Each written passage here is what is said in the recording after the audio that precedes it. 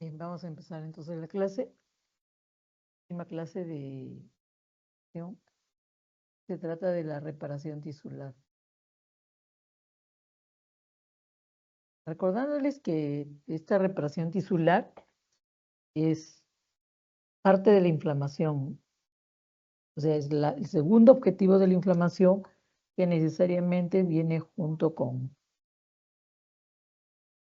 esta reacción y que necesariamente tiene que darse porque si no, no había forma de que los daños o las heridas puedan curarse, ¿no? Entonces, por eso es el segundo objetivo y por eso es que también es parte de la inflamación, la reparación. Resultado del aprendizaje, al finalizar la sesión vamos a aprender las bases teóricas de lo que se refiere a reparación tisular.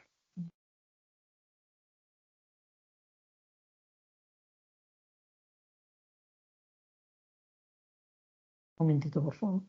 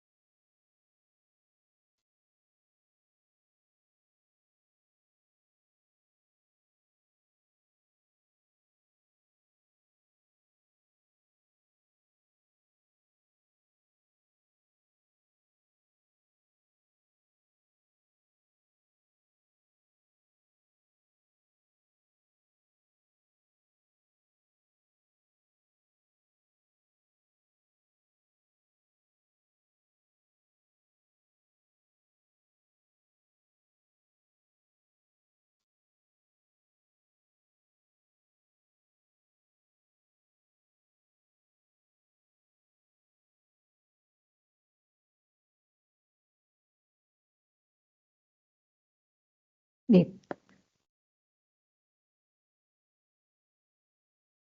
entonces la reflexión desde la experiencia, conoce la cicatrización. Creo que nadie, ninguno de nosotros es ajeno a lo que estamos a lo que es la inflamación y también la cicatrización, ¿no? Quien no se ha caído y se ha lesionado, pues, en las rodillas, etcétera, ¿no? Pero ¿cuáles son esas características de la cicatrización que se puede reconocer? Y también hablar acerca de la fibrosis y la cicatrización. Si la fibrosis parte de la cicatrización o son dos cosas diferentes, y también vamos a ver que los mismos acontecimientos que vamos a ver para la cicatrización también se dan en la fibrosis. Pero claro, son dos eventos que toman caminos diferentes porque la cicatrización ya es la finalización de la inflamación, ¿sí o no? Pues el segundo objetivo que se llega a lograr y ahí termina.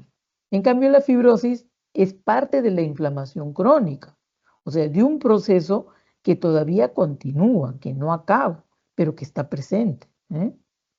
Entonces, eso es lo que hay que tomar en cuenta, ¿eh? La diferencia y también las similitudes que pueden tener tanto la cicatrización como la fibrosis. Bien, nos recordan acá en esta diapositiva acerca del segundo objetivo que tiene la inflamación, que es justamente la reparación tisular, ¿no? Entonces, puede ser esta reparación tisular a través de la regeneración o a través también de la cicatrización. Y cuando hablamos de regeneración, es la sustitución, dice, restablecer nuevamente la normalidad en aquellos tejidos que tengan la capacidad de poderse regenerar, o en aquellos donde la lesión es tan intenso, tan grave, ¿no? que el tejido lesionado muere, que sufre necrosis, y bueno, y el único camino que queda pues es la cicatrización, ¿no? Bien, entonces, si no, si no se realizaría este segundo objetivo de la inflamación, como dice acá este enunciado, sin este mecanismo las heridas nunca curarían, ¿no? Las inflamaciones nunca terminarían tampoco, ¿no? Seguirían y seguirían sin que se pueda desarrollar la reparación del daño. La reparación del daño tisular producida por el agente, pero también por la misma inflamación. Eso sí hay que tenerlo bien claro y en cuenta de que la inflamación también contribuye a la lesión del tejido. Bien, entonces, como les dije, esta reparación, ¿no?, se puede dar a través de dos eventos, ¿no? La regeneración, que es la restitución o el reemplazo de las células lesionadas por otras propias del tejido, morfológica y funcionalmente similares, ¿no? Esa es la regeneración, ¿no? Por ejemplo, acá nos hablan de epitelios y o parénquima, pero conservación. Necesariamente, para que esto se dé, esta regeneración se dé, necesariamente se tiene que conservar el mesénquima, el tejido mesenquimatoso, el tejido de sostén, el tejido base, por el cual las células no tienen un sustento, un piso donde puedan estar ubicadas, ¿no? Y eso va a depender mucho de la naturaleza del tejido. Y el otro camino de la reparación es la cicatrización. Entonces, la cicatrización es una respuesta tisular proliferativa. Proliferativa, o sea, ponerle fibro proliferativa, bueno, tratando de hacerlo más característico, especial, ¿no? Quería que sea fibro proliferativa, que parcha más que todo parcha que restaura un tejido, ¿no?, que puede ser de una herida, de procesos inflamatorios de órganos internos y también frente a la necrosis, o sea, o también en aquellos tejidos que no tienen la capacidad de regeneración. Acá hay un dibujo donde se expresa, ¿no?, cuándo hay una regeneración y cuándo hay una cicatrización. Y acá nos dicen que cuando las lesiones son superficiales o leves, donde solamente se daña el epitelio, entonces se puede dar la regeneración. Tras una lesión leve o superficial, también podríamos decir que solamente daña el epitelio, pero no al tejido que está debajo, que es generalmente el tejido conjuntivo o la matriz extracelular, la resolución tiene lugar a la regeneración. Pero si la lesión es grave y no solamente daña lo más superficial que es el epitelio, sino también la matriz del tejido de sostén, entonces necesariamente ahí se va a establecer ¿qué cosa? Una cicatrización. Y acá nos ponen, ¿no?, una figura, ¿no?, acerca de lo que es eh, las fases de la inflamación, incluyendo también la resolución, ¿eh? La resolución. Nos ponen acá las fases de la neumonía, que ahora no se maneja mucho, ¿no?, acerca de lo que dice ahí, ¿no? La fase de hepatización roja, de hepatización gris, etcétera, ¿no? Pero también, como ven, en el inicial, donde se habla solamente de una congestión, que es el inicio y que es la fase inicial y que tiene 1 a 2 días, ¿no?, en las cuales ustedes ya conocen de qué se trata la fase de congestión, principalmente se da en los capilares alveolares, ¿no? Ahí está, los capilares alveolares. Y luego viene la fase de consolidación, ¿no?, inicial, bueno, etcétera, ¿no? Pero también, como ven, en el inicial, donde se habla solamente de una congestión, que es el inicio y que es la fase inicial y que tiene 1 a 2 días, ¿no?, en las cuales ustedes ya conocen ¿De qué se trata la fase de congestión? Principalmente se da en los capilares alveolares, ¿no? Ahí están los capilares alveolares.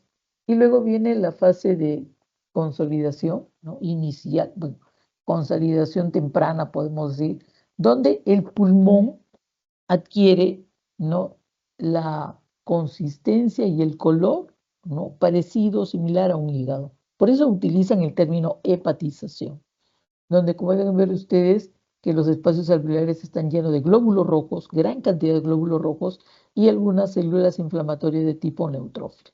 A eso le llaman hepatización roja, ¿eh?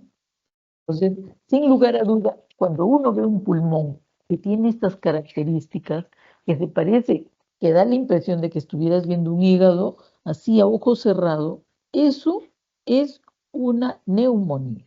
Neumonía. Ni vuelta que darle, es una neumonía. Pero como ves, hay es de 2 a 4 días. Conforme transcurren los días, esta hepatización ya no será roja, sino será gris. ¿Por qué? Porque los glóbulos rojos son retirados y los que quedan ahí y los que van a predominar más serán los neutrófilos. Por eso le llaman la hepatización gris, que también es un estado de consolidación. Le dicen consolidación no porque se vuelva duro como una madera, como el cemento, sino que se incrementa la,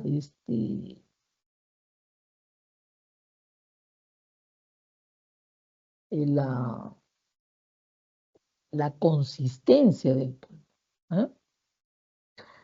Y bueno, y luego la siguiente fase es la fase de la resolución. O sea, aquí se incluye la fase de la resolución, donde tú puedes ver que ahora en los espacios alveolares lo que más abunda, lo que más predomina son los macrófagos, que son numerosos.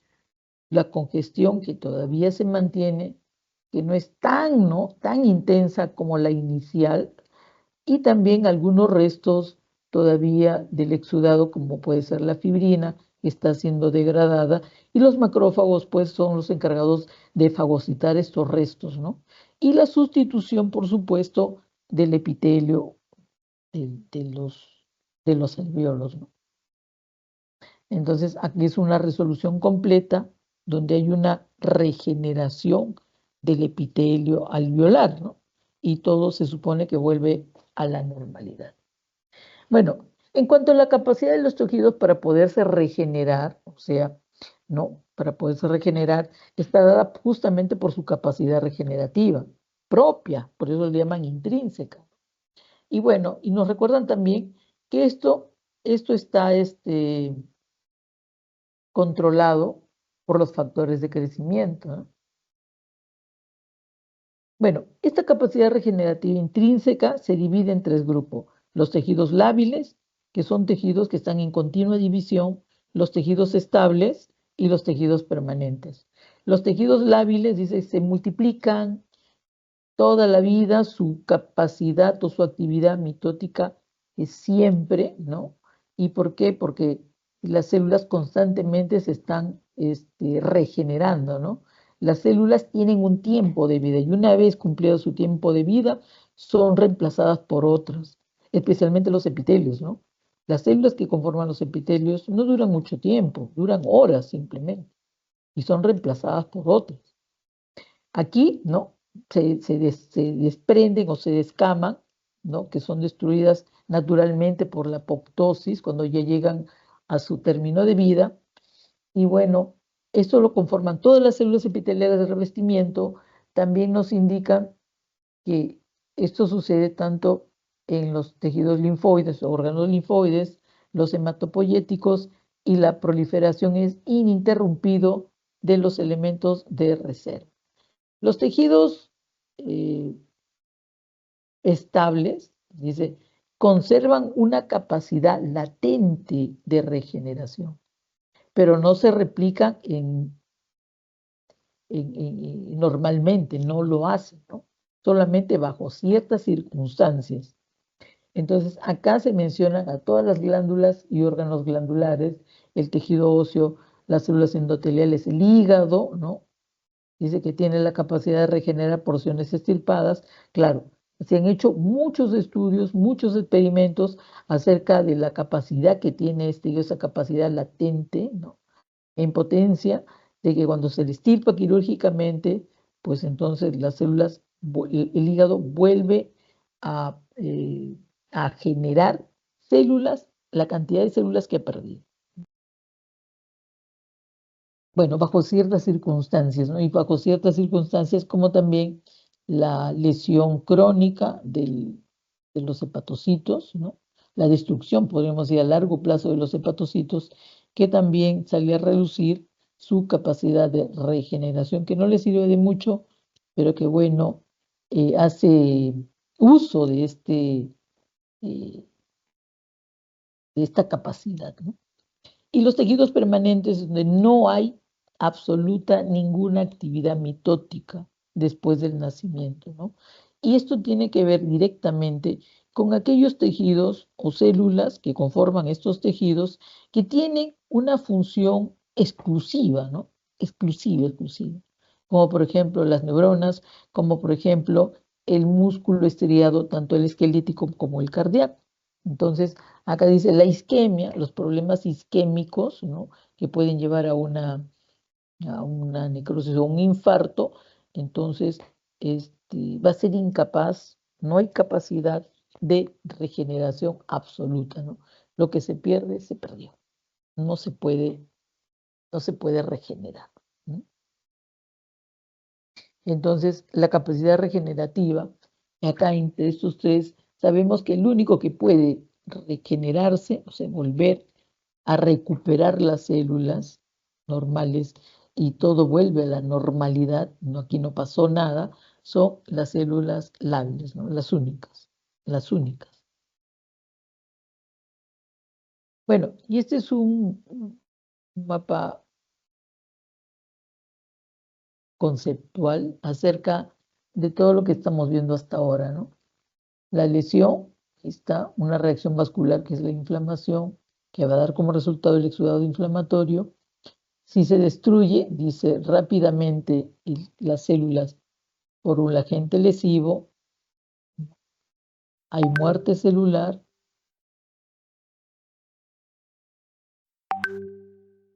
Dice, no hay necrosis, hay muerte celular, pero a su vez también hay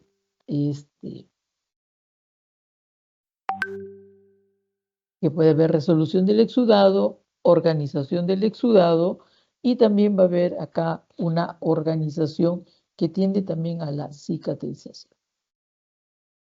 Bueno, si hay resolución del exudado, si hay resolución y el exudado se elimina, entonces viene la regeneración o la restitución de la estructura normal y todo vuelve a la normalidad. Si este exudado persiste por mucho tiempo, entonces se va a organizar el exudado y va a dar lugar a una cicatrización, cuando no hay muerte o cuando no hay necrosis.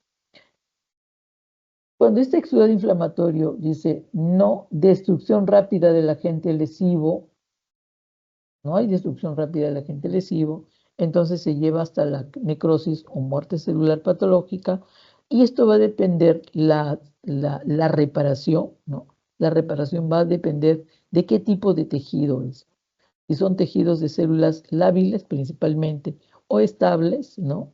Si la armazón está intacta, entonces se dará paso a la regeneración o a la restitución del tejido perdido, pero si este armazón o este tejido mesenquimatoso que sostiene a las células está lesionado, está destruido, entonces el siguiente paso, el resultado será la cicatrización.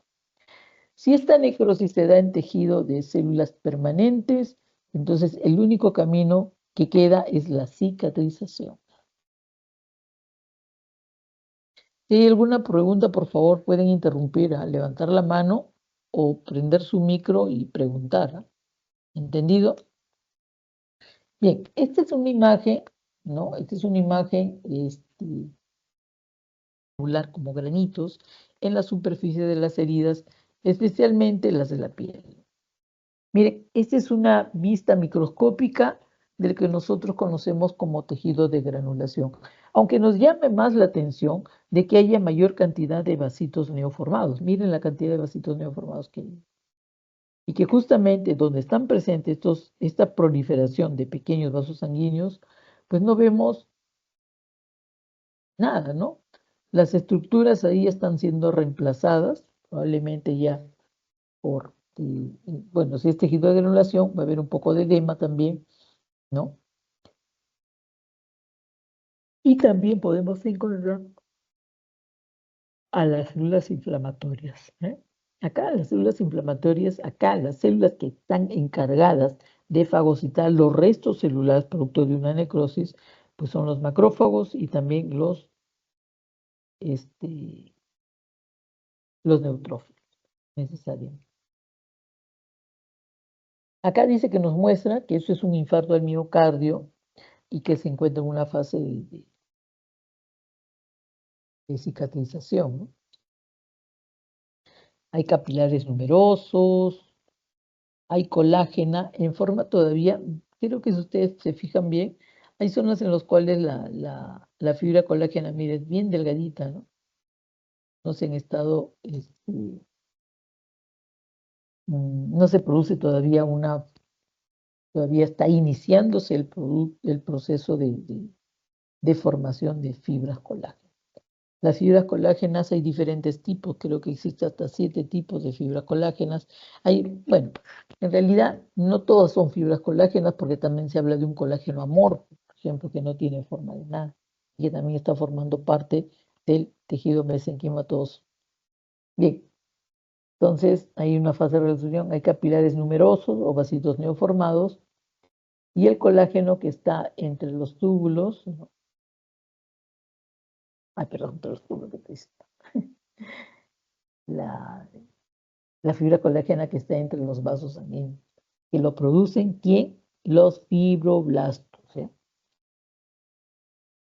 Y también nos dicen que en la parte izquierda podemos ver las fibras musculares, pero hay un detalle bien importante con respecto a estas fibras, ¿no? Que son fibras del miocardio, que ninguna posee núcleo, no hay una que tenga núcleo.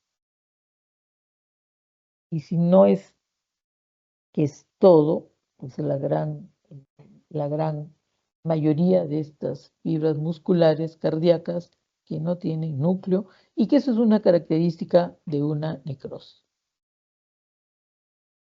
Acá hay otra también citándonos o haciéndonos ver este tejido de proliferación de vasitos neoformados, ¿no?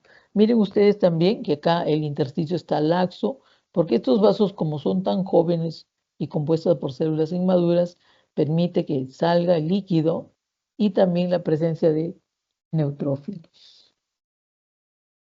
Bueno, perdón, presencia de neutrófilos, no, presencia de fibroblastos probablemente, porque es un tejido proliferativo, ¿no? Donde hay muchas células y por eso la cantidad de células está en relación también a la cantidad de vasos sanguíneos. O sea, si tengo muchas células, pues habrá muchos vasos sanguíneos para que puedan nutrir y oxigenar a estos fibroblastos. Bueno, esa es la imagen microscópica de un tejido de granulación. Vamos a ver, podemos regresar.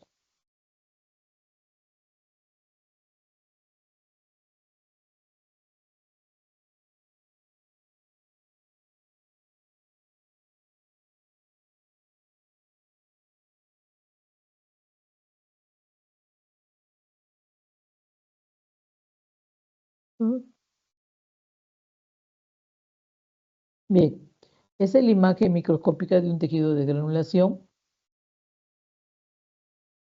Podemos ver, ¿eh?, la cantidad de vasitos neoformados, ¿no? En este caso, digamos, capilares, y que hay células inflamatorias. Acá me parece, o me da la impresión de que fueran linfocitos. Y bueno, los fibroblastos que están por todos lados, ¿no? Que es el que más abunda y por eso es necesario esta cantidad de vasos neoformados o capilares, ¿no?, neoformados.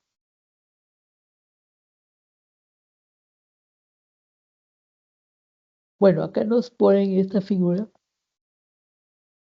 cómo es la etapas la etapas de cicatrización de una herida, ¿no? Miren, acá está normal, luego viene la inflamación o la injuria, se da el fenómeno de inflamación, ¿no?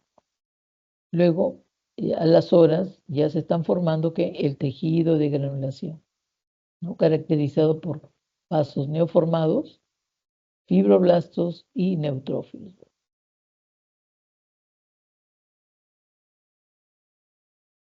Bien, entonces tenemos aquí la formación de un tejido de granulación, donde comienzan a proliferar los vasos sanguíneos, comienzan a proliferar los fibroblastos, y luego ese es el inicio de un tejido, perdón, de una cicatrización que es el tejido de granulación, o es el inicio de los intentos de reparación cuando hablamos de inflamación crónica. Y luego ya la formación de una cicatriz, ¿no? En la cual ya la lesión estaba solamente en la epidermis y por lo tanto la regeneración se pudo dar.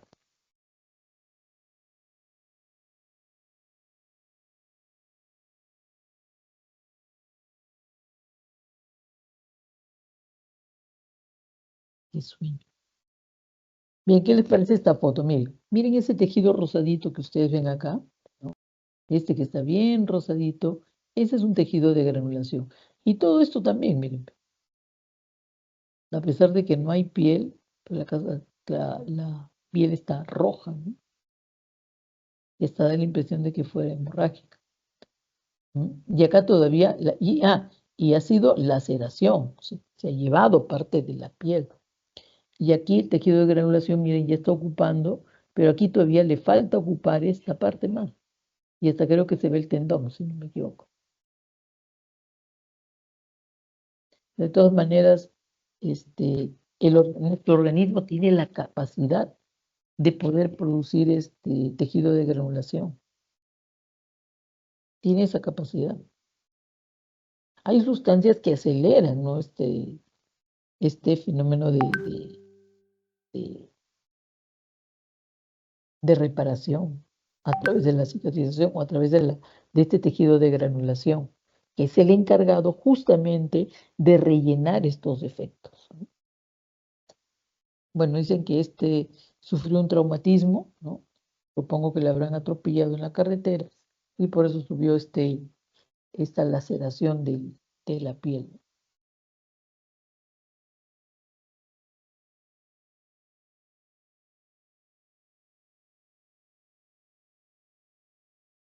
Bien, ahí está la rodadura de la piel que todavía falta rellenar. Y el encargado de hacer todo eso, de rellenar todos esos defectos, ¿cuál es? El tejido de gránulas. Miren, acá le tomaron una foto del tejido de granulación. No sé, me parece algo artificial, ¿no? Que lo han puesto para poder dar o decir, mira, si es un tejido de granulación con unos gránulos, ¿no? Que sobresalen a la superficie, etcétera, etcétera, ¿no? Y que está dando inicio a la cicatrización que luego irá a madurar.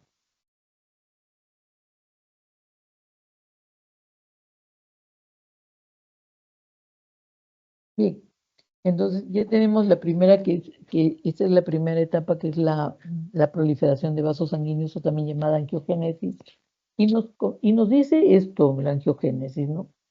Es crítica en la fibrosis, tratándose de inflamación crónica y la cicatrización.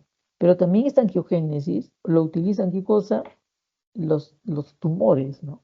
Los crecimientos tumorales.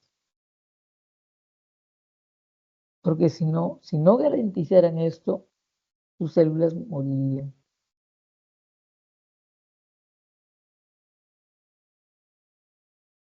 Imagínate, un tumor que no haya producido vasos sanguíneos, ¿quién las va a alimentar a las células tumorales? ¿Mm? Entonces, las propias células tumorales tienen esa capacidad.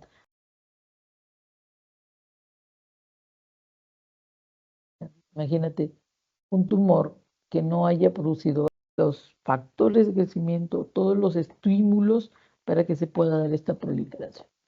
Entonces nos menciona acá, ¿no? Un término que dice los angioblastos, así como hay los fibroblastos, que son las células jóvenes, después de que se maduran, convierten en fibrocitos. Entonces, las células endoteliales también, los angioblastos, son los que proliferan, los que migran hacia el lugar, ¿no? Hacia el lugar de la lesión, y bueno, y se van a diferenciar en células endoteliales, etc. Se ha establecido que las células tipo angioblasto denominadas células CEP, que se llaman células precursoras endoteliales, se almacenan en médula ósea en el organismo adulto y son reclutadas para dar inicio a la angiogénesis.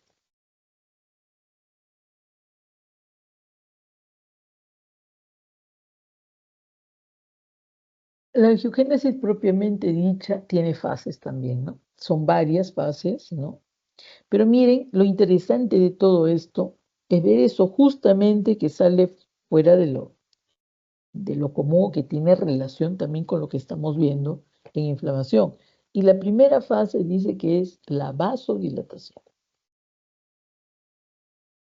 Y esta vasodilatación es en respuesta al óxido nítrico, que aumenta la permeabilidad del vaso sanguíneo.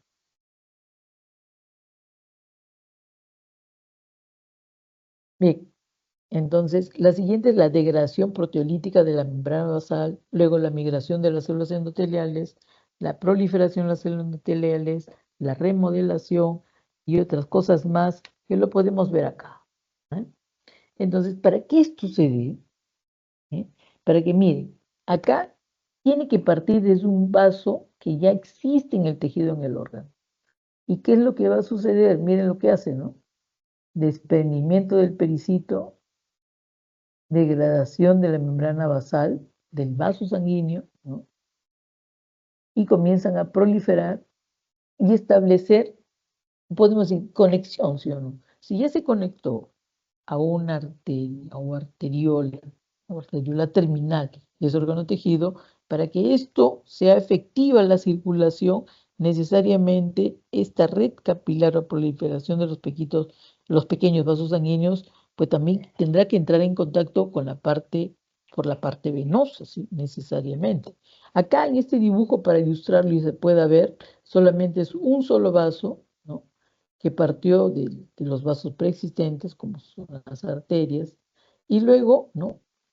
Eh, también tiene que establecerse la conexión con la parte de las venas o las vénulas, ¿no? Y acá abajo dice, bueno, la formación de un nuevo vaso sanguíneo. Bien, chicos, acá en esta proliferación del tejido de granulación, para que esto se dé, para que esta proliferación sea, ¿cómo podemos decir?, estimulada, necesariamente acá juegan un papel muy importante los factores de crecimiento. Entonces, los factores de crecimiento son varios, creo que hay un cuadro para que lo puedan ver, ¿no? Y estos factores de crecimiento endoteliales inducen a la liberación de óxido nítrico, a la vasodilatación, eh, y también la presencia de una familia de enzimas que son las metalonoproteínas. Acá se mencionan algunos factores de crecimiento, como es el factor de crecimiento fibroblástico, el factor de crecimiento fibroblástico, fibroblástico, en la cual tiene como función proliferación y migración de las células endoteliales hacia el estímulo angiogénico. ¿Ah?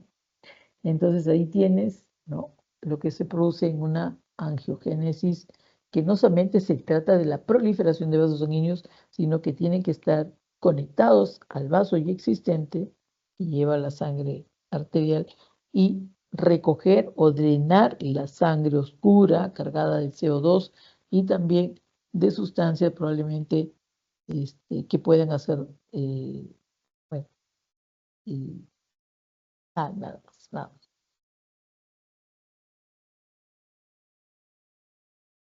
Bueno, entonces, en este cuadro se ve lo que estamos hablando del estímulo, pero en este caso habla de la inflamación crónica, pero recuerden, chicos, que todos los eventos que se dan, tanto en la cicatriz, también se dan en la inflamación crónica. Igual, lo mismo.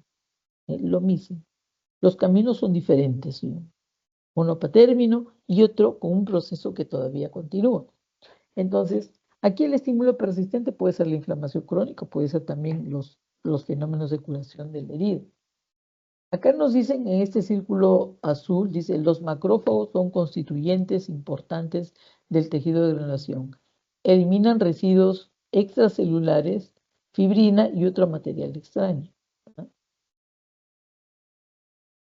Entonces, si yo tengo un estímulo persistente como es una inflamación crónica, necesariamente se van a activar los macrófagos y los linfocitos, que son células propias de la inflamación crónica.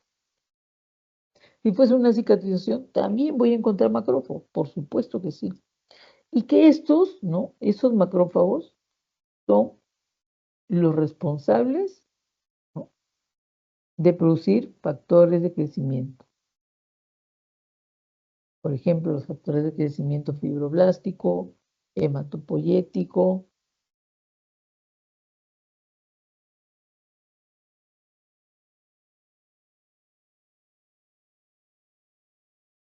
Bien, fibroblasticos, transformante beta, bueno, son varios que creo que hay un cuadro donde se puede ver, pero también las citocinas, ¿eh? Entonces tú ves que macrófagos y linfocitos son los que producen los factores de crecimiento, son los que producen las citocinas y que también van a producir, ¿no?, las sustancias que van a degradar la matriz extracelular. Porque la matriz, recuerden que todo está regulado. Entonces, las metaloproteínas, que son las que controlan, ¿no?, esta proliferación. O esta proliferación, más que todo de la matriz, ¿no?, en la cual tiene que ser lo suficiente, ni más ni menos, y que sea fuerte o que soporte la atracción, ¿no? Entonces, los factores de crecimiento generalmente estimulan el crecimiento o la proliferación de los fibroblastos, de las células endoteliales y de las fibras fibrogénicas especializadas. Todo esto me va a llevar a qué cosa? Al aumento de la síntesis de colágeno.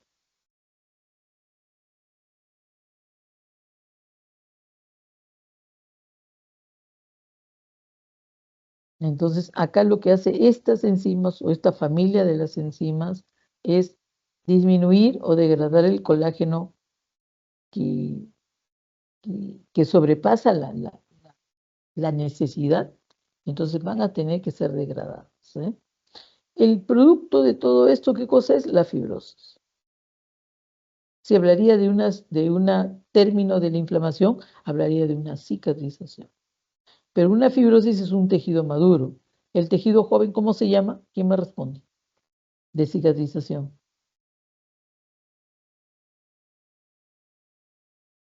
¿Cómo se llama el tejido de joven? granos. Exactamente, el tejido de gránulas. Bueno, hemos dicho que acá entran en juego los factores de crecimiento, ¿no? Esos factores de crecimiento, son sustancias de naturaleza proteica que desempeñan una importante función en la comunicación intracelular. La función principal es el control de qué? Del externo celular. Regulan el ciclo celular, iniciando la mitosis, manteniendo la supervivencia celular, estimulando la migración celular y regulando o controlando la madurez celular e incluso también la apoptosis. La diferenciación está en relación a qué cosa? En relación a la madurez de la célula. Las células comienzan a proliferar, ¿sí o no? Pero las células también proliferan, pero proliferan como células jóvenes, que necesariamente tienen que madurar, ¿sí o no?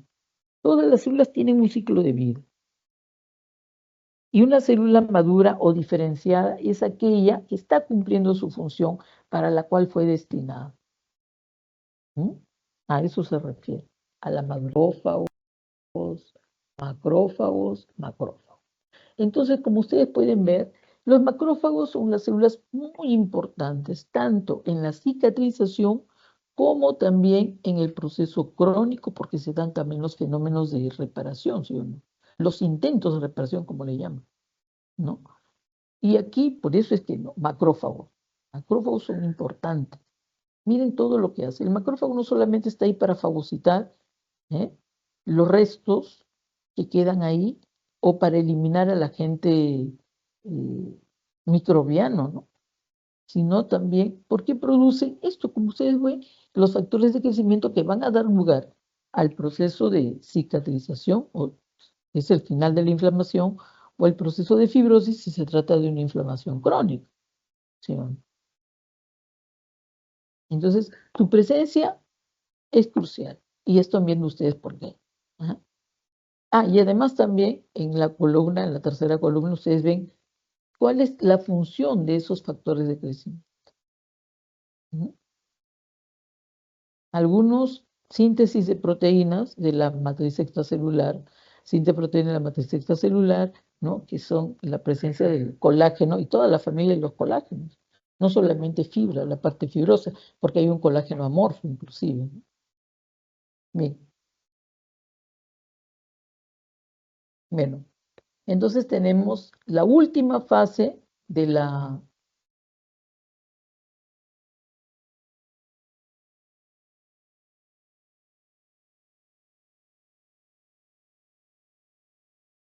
última fase de la cicatrización,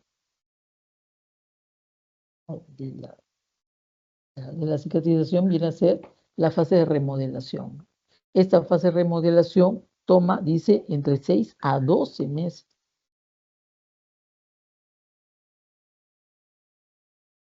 Esta remodelación se refiere a qué cosa? A que tiene que haber un equilibrio entre lo que se sintetiza o se produce, como la matriz extracelular en la familia de colágenos, y la degradación. Entonces tiene que haber la suficiente cantidad de matriz, ¿sí o no? Y dentro de esa matriz están los colágenos, los proteoglicanos, etcétera, que ahorita lo vamos a ver. Entonces, necesariamente tiene que haber la suficiente cantidad, no solo en número y cantidad, sino también que sea capaz de poder soportar, ¿qué cosa? La atracción.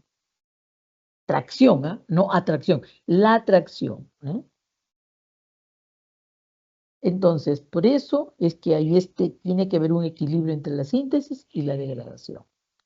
Por eso, para esta degradación de la matriz preexistente, necesariamente tiene que haber, ¿qué cosa? Tiene que haber enzimas o una familia de enzimas que se encarguen de esto. Y esas enzimas que se encargan de la degradación, las principales, porque hay varias, ¿eh?, porque hay varias, pero las principales son las MMP, o también llamadas así, metaloproteinasas, asas, viene de enzimas de matriz, ¿no? Se llaman así porque son enzimas proteolíticas que dependen de qué? Dependen de un ion metálico, que en este caso es el zinc, para que pueda desarrollar su actividad. Dice que se conocen 6 subfamilias de colágenas, o sea, 6 subfamilias de estas enzimas metaloproteinases de matriz que que coinciden o se relacionan a los tipos de colágenos que hay. Bueno, dice, una de ellas son las colagenasas intersticiales, claro, colagenasas intersticiales, amorfas, fibrilares, etc. Entonces, como dice acá, ¿no?, es la reorganización del colágeno, el equilibrio entre la lisis y la síntesis de colágeno, que van a formar el depósito de matriz extracelular. Acá nos dicen que el colágeno tipo 3 constituye la estructura temprana de la matriz, los glucosaminoglucanos y los proteoglucanos, que son los componentes importantes también de la matriz, y luego tenemos el colágeno tipo 1, que es la matriz final. Una remodelación que tarda entre 6 a 12 meses, ¿no?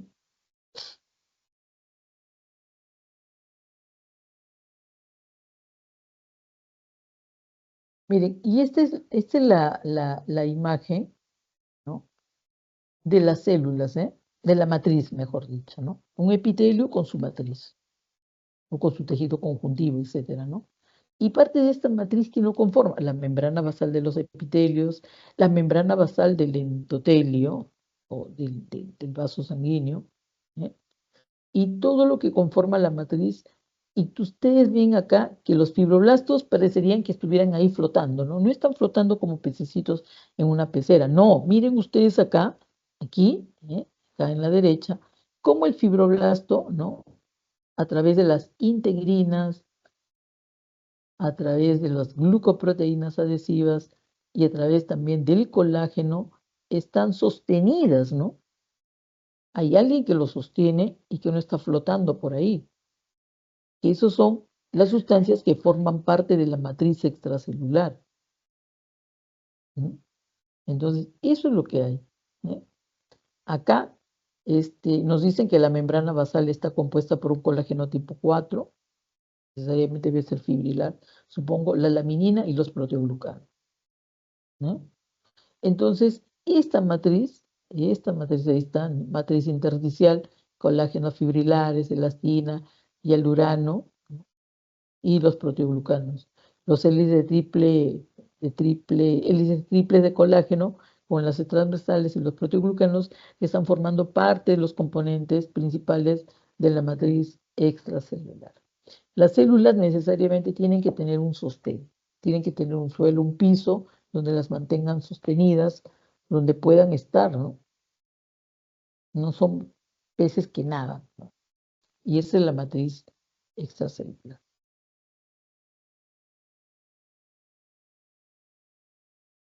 ¿Alguna pregunta? Bueno, sí. Bien, entonces, acá nos ponen dos cosas. Dice, en el caso de tejidos que son incapaces de regenerar, entonces la reparación consiste en el depósito de tejido conectivo que viene a conformar ¿qué cosa? La cicatriz.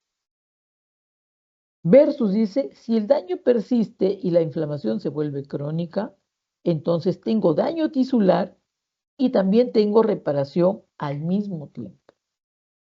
O como dice la teoría o los autores, ¿no?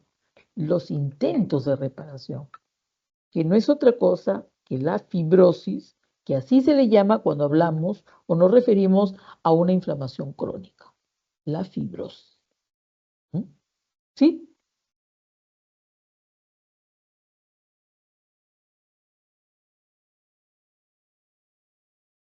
Bien, ya nos falta un poco, felizmente. Y acá tenemos dos fotografías. Dice, ¿qué tienen en común las zonas señaladas? Este es un corazón de un equino. Y este corazón, no sé de quién será, pero también es un corazón.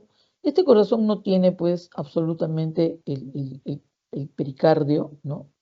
O la bolsa pericárdica o el saco pericárdico, ¿no? Pero tiene su epicardio que está bien unido al músculo, pero me señalan esta zona blanquecina. Y luego tenemos acá una bolsa pericárdica que está sumamente gruesa, ¿se nota? Miren. Y que acá, esto que está acá, no nos permite ver, acá puedo ver fácilmente, en el lado izquierdo puedo ver fácilmente el miocardio, pero acá puedes ver fácilmente el miocardio. No, ¿no es cierto? No hay. ¿Eh? No hay. Inclusive acá en la zona dice, te señala con la flechita, no hay. Entonces, ya ha dejado de ser un depósito de fibrina y probablemente ya se está organizando. Recuerden que los exudados, aquí dice, especialmente habla de la fibrina. El exudado de la fibrina y este exudado no se degrada por el sistema fibrinolítico, claro, cuando es abundante es imposible que eso pueda suceder. Entonces tiende a la organización. ¿Y qué es la organización? Pues este tejido que tú estás viendo, al cual le llamo fibrosis. ¿Sí? Acá tú puedes ver que está el clavo, miren, tremendo clavazo, ¿eh? Está perforando el diafragma y miren que ya ha llegado a una zona a un sitio o una adherencia entre el pericardio y el diafragma. Pericardio y diafragma, acá está, miren. Este es el diafragma y este es el pericardio. Este es el pericardio parietal, el que está pegado al corazón, el pericardio visceral, o epicardio también. Entonces, hay entre los pericardios, tanto el visceral como el parietal, y también hay una adherencia entre el diafragma y el pericardio parietal. ¿Qué les parece? Y cada uno de ellos, bueno, acá la cicatrización está compuesto por fibras colágenas, ¿sí o no? Por eso es que lo veo blanco. Y acá no se deja ver tan blanco, pero necesariamente es blanco. Supongo que porque también debe haber un poco de pus por este clavo contaminado que está pasando, está atravesando el diafragma y el pericardio. ¿No? ¿Entendido? ¿Entendido? Sí, Chicos, profesora. pongan atención. Yo sé que yo tengo sueño. Bien, entonces, yo hablo de fibrosis, dice, la fibrosis sucede cuando hay depósito de tejido conectivo. En qué situación tengo fibrosis? ¿Mm? ¿En qué situación tengo fibrosis? Ojo que la fibrosis lo venimos viendo desde la congestión, ¿sí o no? ¿Sí o no? Sí, sí, profesora. ¿En qué caso? En inflamación. No. En alteraciones circulatorias donde vemos la fibrosis.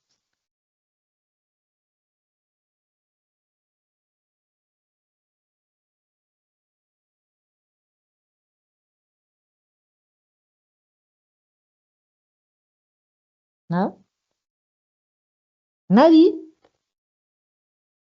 Profesora, en casos de necrosis, cuando hay muerte de No, la no, célula. no, nada. Ya. Bueno, en caso de necrosis, pero dime en qué, pues, en qué casos, dime. Alteraciones circulatorias, hemos visto fibrosis.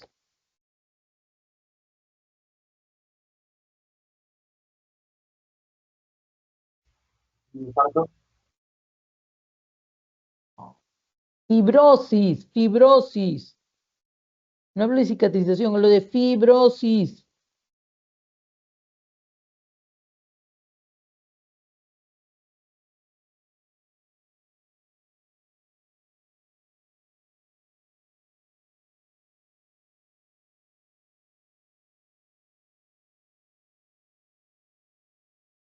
¿La fibrosis con quién tiene que ver?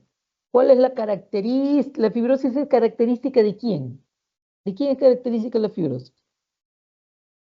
¿Mm?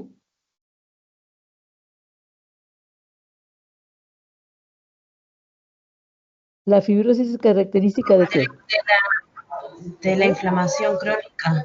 La inflamación nomás y las alteraciones circulatorias. ¿No has visto nada crónico en las alteraciones circulatorias?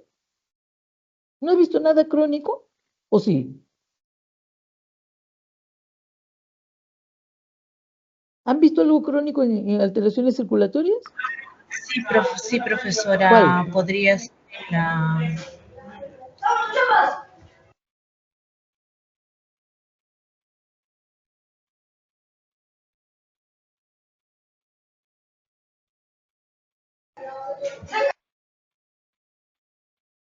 en la congestión, profesora hepática, por ejemplo, en la crónica. Eso, la congestión crónica. En la congestión. Recuerden, chicos, yo les vengo repitiendo esto, pero yo creo que sus oídos están tapados, creo. No debe haber algo ahí, porque no se ven ni pieza de oídos. Digo, la fibrosis es la característica principal de todo proceso crónico. ¿Les he dicho o no les he dicho? Pero la fibrosis no es exclusivo de la inflamación crónica, porque ya lo hemos visto en la congestión crónica, ¿sí o no? Y la congestión no es una inflamación, ¿sí o no? La congestión no es una inflamación. La congestión crónica hepática no es una inflamación. La hepatitis crónica es una inflamación, ¿sí o no? Y ambos tienen en común, ¿qué cosa? La fibrosis, ¿sí o no? Porque es algo crónico, algo propio del crónico. Ahora, ¿la diferencia cuál es? ¿Cuál es la diferencia entre una congestión hepática crónica y una hepatitis crónica? ¿Cuál es la diferencia? En los dos voy a encontrar fibrosis. ¿Y, y cómo lo diferencio? Por las células inflamatorias, profesora. Exactamente, exacto. ¿Mm? Entonces, eso tenemos que tomarlo en cuenta. de arriba para abajo y de abajo para arriba, mencionando la fibrosis, hacia qué casos, y mencionar la congestión o los procesos crónicos hacia la fibrosis. De la fibrosis a los procesos crónicos, de los procesos crónicos hacia la fibrosis. Eso deben de manejarlo bien y tenerlo metido ahí en la mente. Eso. Porque yo de ahí, por ejemplo, puedo hacer un montón de preguntas y te agarro. Pero tienes que comprender lo que yo te estoy diciendo. Tú comprendes esto, que la fibrosis siempre está presente en todo proceso crónico, ya sea alteración circulatoria como una congestión crónica o ya sea una inflamación como una inflamación crónica. Todo lo crónico, la fibrosis va a estar metido. ¿Cuál es la diferencia? Que la congestión no voy a ver células inflamatorias, pero en una inflamación sí lo voy a ver. Y ya sabemos que las células inflamatorias de lo crónico siempre van a hacer lo mismo. ¿Cuál? ¿Quiénes son las células inflamatorias de la cronicidad? De la inflamación crónica simple, ¿cuál es? Los ¿Quiénes son? macrófagos, Que hasta ahí no me llegó la gasolina. ¿Qué más? linfocitos, neutrófilos. Y las células Linfocito, plasmáticas basófilo. también. ¿Qué basófilos soy? Sácate eso de la basófilo. ¿Qué basófilo? ¿Qué basófilo? Son linfocitos, macrófagos y células plasmáticas. No hay ningún basófilo acá. En crónico vas a ver basófilo. Es más, ¿reconoces un basófilo? El basófilo lo vas a encontrar en la sangre de repente, en el vaso sanguíneo ahí metido. Los basófilos nunca vas a encontrar en una inflamación. Bien, acá también hablan acerca de la fibrosis de los órganos parenquimatosos y lo ponemos esto a propósito porque habla del término de fibrosis y habla también del término de cicatrización. Y dice que la cicatrización, el depósito de colágeno es parte de la cicatrización normal de las heridas. El término fibrosis, dice, hace referencia al exceso de depósito de colágeno y otros componentes de la MEC en un tejido. MEC es la matriz extracelular, por si acaso. Como ya se ha mencionado, los términos cicatriz y fibrosis se emplean indistintamente. Yo no sé si ustedes se habrán dado cuenta, pero yo no lo empleo indistintamente, porque yo siempre hablo de cicatrización para la final de la inflamación y hablo de fibrosis para todo proceso crónico, siempre, ¿ya? Los autores pueden hacerlo distintamente, pero yo siempre trato de mantener un orden. Bueno, dice, aunque la segunda, o sea, la fibrosis, se asocia más a menudo al depósito de colágeno en órganos internos que se registran en enfermedades crónicas. Los mecanismos básicos de la fibrosis son los mismos que los de la formación de la cicatriz. Entonces, la angiogénesis, la proliferación de fibroblastos y la remodelación, que son las tres fases, tanto de la cicatrización como de la fibrosis. Se siguen los mismos pasos, igualito, pero cada uno tiene un fin, o cada uno tiene un propósito. Uno finalizar y el otro todavía seguir, como es lo crónico, ¿no? La fibrosis es un proceso patológico inducido por estímulos lesivos persistentes, como infecciones o reacciones inflamatorias crónicas, y se suele asociar a la pérdida de tejido. A menudo causa disfunción orgánica sustancial e incluso puede llegar a la insuficiencia de órganos afectados. Claro. Y bueno, hablan de algunos trastornos fibróticos en diversas enfermedades crónicas y debilitantes, como por ejemplo la cirrosis hepática, la esclerosis sistémica, las patologías fibrosantes del pulmón o las fibrosis pulmonares inducidas por fármacos o radiaciones, las nefropatías terminales como la nefritis crónica o la pericarditis constrictiva. Ya cuando este, este proceso crónico del pericardio, ¿no? Se adhieren los dos pericardios y no permiten, ¿no?, la dilatación o el llenado ventricular. Y por eso le llaman constrictiva.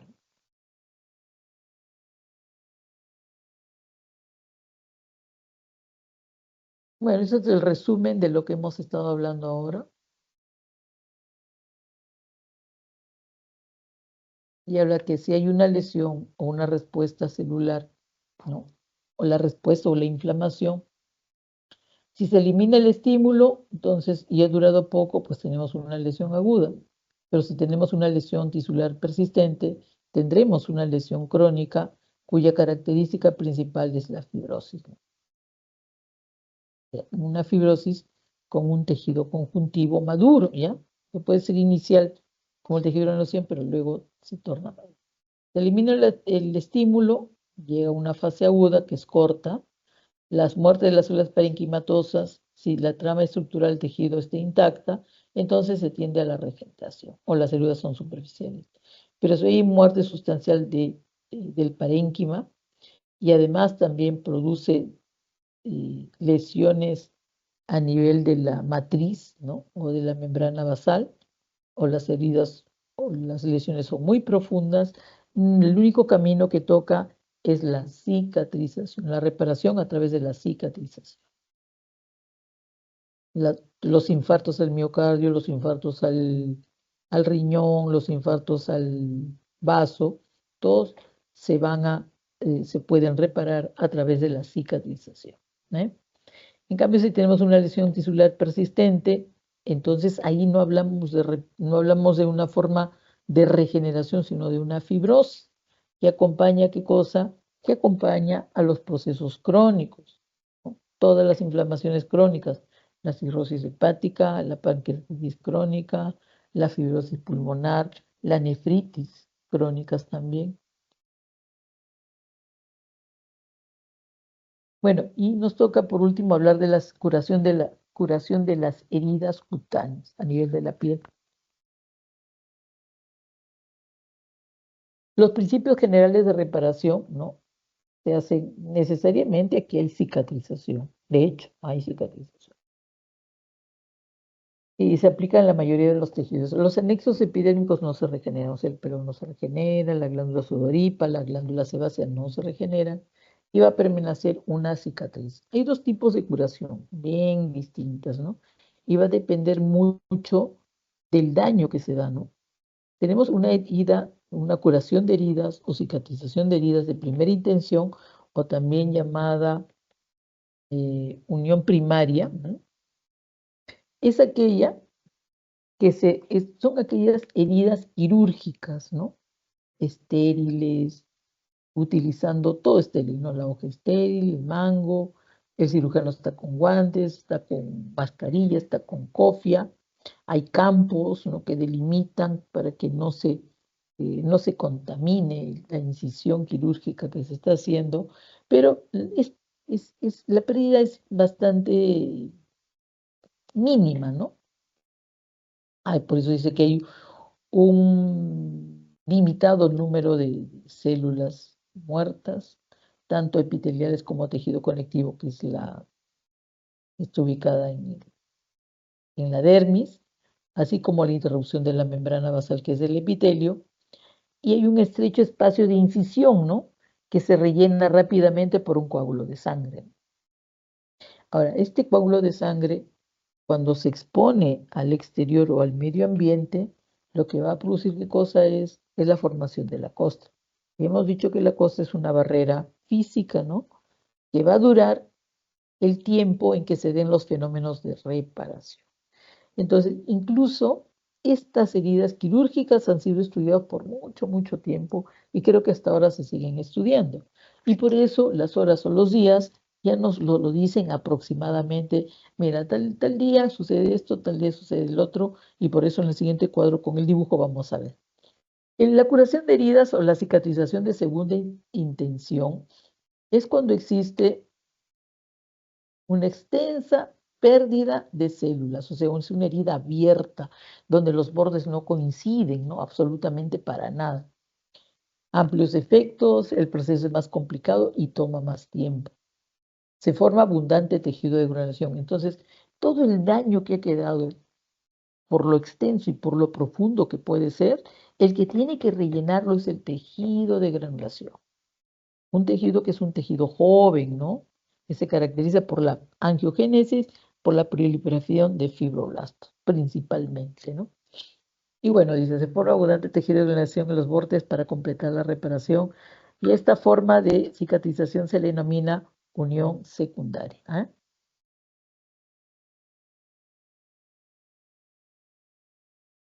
Entonces, acá en este dibujo se puede ver muy bien lo que sucede, ¿no? Como ustedes pueden ver, cuando hablamos de la primera intención o la herida quirúrgica, nos dice que a las 24 horas ya se formó el coágulo, ¿no? Y el coágulo que se expone al medio ambiente en el cual se deshidrata, esa es la cosa, ¿no? Mira que en 24 horas ya se están dando la presencia de los neutrófilos, el coágulo que está ahí, ¿no? Ya se están dando estos fenómenos. De 3 a 7 días ya tenemos, ¿qué cosa? La presencia del tejido de granulación. Ya está acá. Ya está presente con la proliferación de fibroblastos, de la angiogénesis, ahí está, ¿no? También nos dicen que a las semanas, no dice una semana, sino semanas, este tejido joven a las 2 semanas ya ha madurado. ¿Y cómo ha madurado? Disminuyendo el número de vasos sanguíneos. Acá lo que más predomina, ¿qué cosa es? Las fibras colágenas. Las células, los fibroblastos, algunos ya han cumplido su ciclo de vida y otros han madurado, ¿no? hacia la célula que es el fibrocito, ¿no? Entonces, ya tenemos el establecimiento de qué cosa? De la cicatriz. Como puedes ver tú, el epitelio se restaura, ¿no? Mire, o se regenera, pero la dermis se cicatriza. Esta es de primera intención, donde la pérdida es mínima. De segunda intención, ¿no? De segunda intención, nosotros podemos ver que el defecto o la herida es bastante extensa y muchas veces también profunda. Pero igual, ¿no? No nos dicen cuántos días porque va a depender mucho de la extensión y, como les digo, también la profundidad de la herida. Y al cabo también de algunos días vamos a ver que también aparece el tejido de granulación, pero en este caso tiene que ser abundante. Tiene que rellenar todo el defecto. ¿Alguna vez alguien le ha sacado un diente? El que ha experimentado que le saquen un diente, ustedes han visto que te dejan un tremendo hueco porque sale el diente con toda la raíz, ¿sí o no? Y esas zonas que quedan así con hueco, pues ¿quién lo rellena? El tejido de granulación. Ahora ya no tienes tejido de granulación porque ya han pasado años, pues supongo. Entonces, lo que ves es que ya la encía prácticamente está ahí, ¿no? Ha envuelto toda y es la única que se, que se expresa, ¿no? Entonces también al cabo el último, vamos, o después ya de repente de semanas, como dice acá, ya es el tejido maduro, en la cual también dice hay la contracción de la herida. Entonces, el responsable de la contracción de la herida en las heridas, valga la redundancia, es porque hay fibroblastos que tienen la función o tienen las características de las células musculares. Y a estas células se llaman el miofibroblasto, que son los responsables de la contracción de la herida. Como pueden ver ustedes, acá hubo una interrupción del epitelio, sin embargo el epitelio ha proliferado y ha ganado terreno, o sea, sí se regenera, ¿no? Sí se regenera la epidermis, pero la dermis sí se cicatriza. Miren, este es el tomado del libro de Patología Estructural de Robbins y Cotran, donde nos hacen ver acá una úlcera en el pie, que supongo que debe ser por roce, ¿eh? Le llaman también escara, y tiene una úlcera, miren, ¿no? Y esta es la imagen microscópica de la úlcera, pues no. La piel llega hasta acá y luego hay una pérdida tanto de epitelio como también, y que ha llegado hasta la dermis, ¿no? Y por eso se llama úlcera. Miren, ustedes pueden ver de Robbins y Cotran, donde nos hacen ver acá una úlcera en el pie, que supongo que debe ser por roce, ¿eh? Le llaman también escara, y tiene una úlcera, miren, ¿no? Y esta es la imagen microscópica de la úlcera, pues no. La piel llega hasta acá y luego hay una pérdida tanto de epitelio como también, y que ha llegado hasta la dermis, ¿no? Y por eso se llama úlcera. Miren, ustedes pueden ver que en los bordes se ha interrumpido acá, ¿no? Hasta que es el borde, no hay epitelio, no hay absolutamente epitelio, ¿eh? Esta dermis está expuesta, ¿no? Expuesta. Pero miren lo que sucede al cabo, no sé, de repente serán algunos días, ya tenemos qué cosa, la proliferación de este tejido que le llamamos el tejido de granulación. Es un área donde todavía no hay epitelio, pero de acá de estos bordes parte, ¿no? Parte de la proliferación de este epidermis y va a llegar un momento en que se van a encontrar. Y después de encontrarse comienza la proliferación de una capa, de dos capas, hasta completar las capas propias de la epidermis. Si tú ves acá, en el último, en el de la derecha, abajo, ¿eh? Que es la C, la figura C, donde todavía hay vasitos neoformados, o sea, todavía hay tejido de granulación y ya sea la epitelización de la epidermis ya se ha completado, ¿eh? Necesariamente se ha completado. Este tejido todavía sigue siendo joven porque todavía se ven los vasos sanguíneos neoformados, pero la regeneración de la epidermis se ha dado, ¿eh? Miren, aquí quiero que pongan atención, mucha atención a lo que yo les voy a indicar. Esto es una microfotografía de una cicatrización en piel, miren. Ahora quiero que pongan atención en esto, miren. Yo les voy a señalar la zona y me dicen, miren, esta zona que yo estoy señalando, ¿se nota lo que estoy señalando? ¿Sí? Profesora. Ya. ¿Sí? Todo esto que tú ves acá son las fibras colágenas propias de la dermis. Así, en forma de paquete, lo mismo que está por acá también. En forma de paquetes irregulares, o sea que no tienen el mismo sentido. Tienen diferentes sentidos, pero formación de paquetes. Así es la dermis.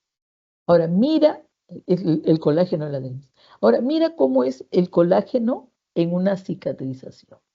Toda esta zona que tú ves acá, de aquí también va, ¿sí? Ahí hay fibras colágenas. Unas fibras colágenas que son distintas a las que hay normalmente en la dermis, ¿no? Aquí no hay paquetes, ¿sí o no? No hay paquetes. Y todavía podemos notar algunos vasos sanguíneos que están cerrados, ¿no? Miren, estos son. Y también algunos fibroblastos. Otra cosa que también debemos de notar es que aquí, miren, el epitelio es hasta acá y hay un epitelio que está prácticamente, aparentemente invadiendo, ¿no? Parte de la dermis. Pero es que este epitelio es un epitelio que está en regeneración. Entonces, este epitelio que está proliferando, ¿no?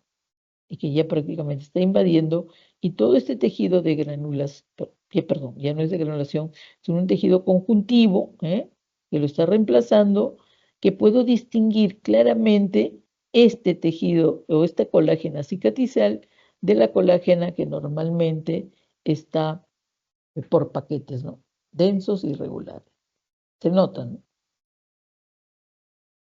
Bueno, esta es la imagen microscópica de la costra, miren, que es el coágulo deshidratado que se pone al medio ambiente y que todavía, miren, está bastante adherido, ¿eh?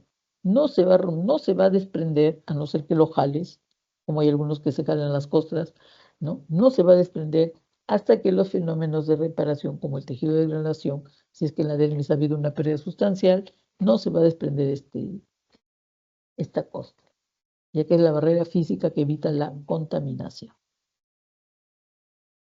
Bueno, y para hablar un poco acerca de la patología de la reparación de las CICAT, de la reparación en realidad, hablemos de dos cosas patológicas, el queloide y la cicatrización queloidea, o que también es llamada como pseudo-queloide, ¿eh?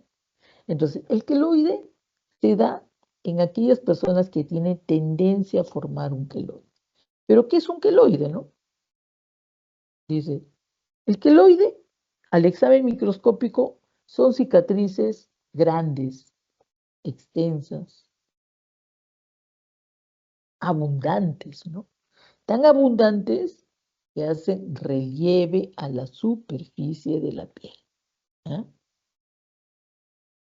Acá dice que son 2 cicatrices hipertróficas. Acá el término hipertrófico lo toman como decir que son grandes, ¿no?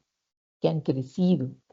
Entonces, clínicamente dice, un queloide verdadero es una cicatriz grande o hipertrófica que continúa creciendo más allá de la forma original de la herida. ¿Eh? Entonces, hay individuos que tienden a formar estos queloides, aunque dicen que hay una tendencia en aquellos individuos de raza negra. ¿Ya? Espero que no se la tomen a pecho con eso de raza negra y me pongan en el examen de raza negra, porque no me gusta que lo hagan. ¿Ya? Entonces, hay una tendencia de que sean ellos los que son más susceptibles a la formación de ello, pero hay personas que sin ser negra ni tengan ascendencia negra, de raza negra o afro, como llaman, entonces tienden a formar queloides. ¿Ya? Ahora, digo, ¿y cómo es el queloide? ¿Y cómo es el queloide? ¿Ya? Hasta ahora estamos hablando del queloide. ¿Cómo es el queloide? Mira, para que veas y tengas una idea de lo que es un queloide. Esto es una cicatriz queloide. Esta, en vez de, mire, todo esto es una cicatriz. Miren cómo ha crecido. Un poco desagradable, ¿sí o no? Eso es un queloide. Y bueno, es una persona de raza negra, porque la piel está oscura, que tiende a formar así. O sea, cualquier herida que sea, en vez que sea tu cicatriz planita, hace eso. ¿Eh? Microscópicamente, uno no puede decir este es un queloide, este es un pseudoqueloide. Ahí está, ¿no? Los paquetes de fibras colágenas normales de la dermis son estos, y todo lo que está acá a su alrededor, todo esto, ¿qué cosa es? La colágena por cicatrización. Una cicatrización abundante o exuberante. Bueno, hasta ahí queloide. ¿Qué me dicen del pseudoqueloide? Un pseudoqueloide o una cicatriz queloidea, dice, aparece en cualquier individuo, individuo paciente, sea humano o sea animal doméstico. En realidad cualquier animal. Entonces, la cicatriz queloidea aparece en cualquier especie, ¿no? Y se produce cuando la herida está sometida a una excesiva tensión. Ejemplo, las heridas en los codos. Miren, cuando una cicatriz sobrepasa la superficie de la piel, esa ya es ¿qué cosa? Una cicatriz queloidea o pseudoqueloide. ¿Entendido? Entonces, la excesiva tensión hace que ésta no siga generando mayor cantidad de tejido. Y aquí está.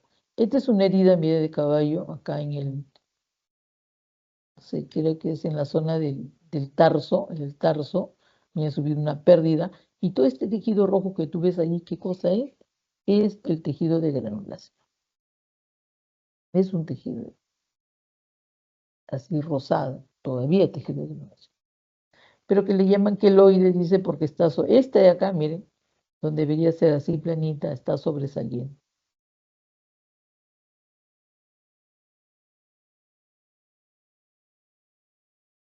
Integremos lo aprendido. Lesiones que puedan o no regenerarse. Cicatrización como una forma de reparación en distintos tejidos. Y actividad asincrónica, que nunca la hacen, creo. Y sus referencias bibliográficas. Es todo, chicos. Se acabó inflamación. ¿Listo?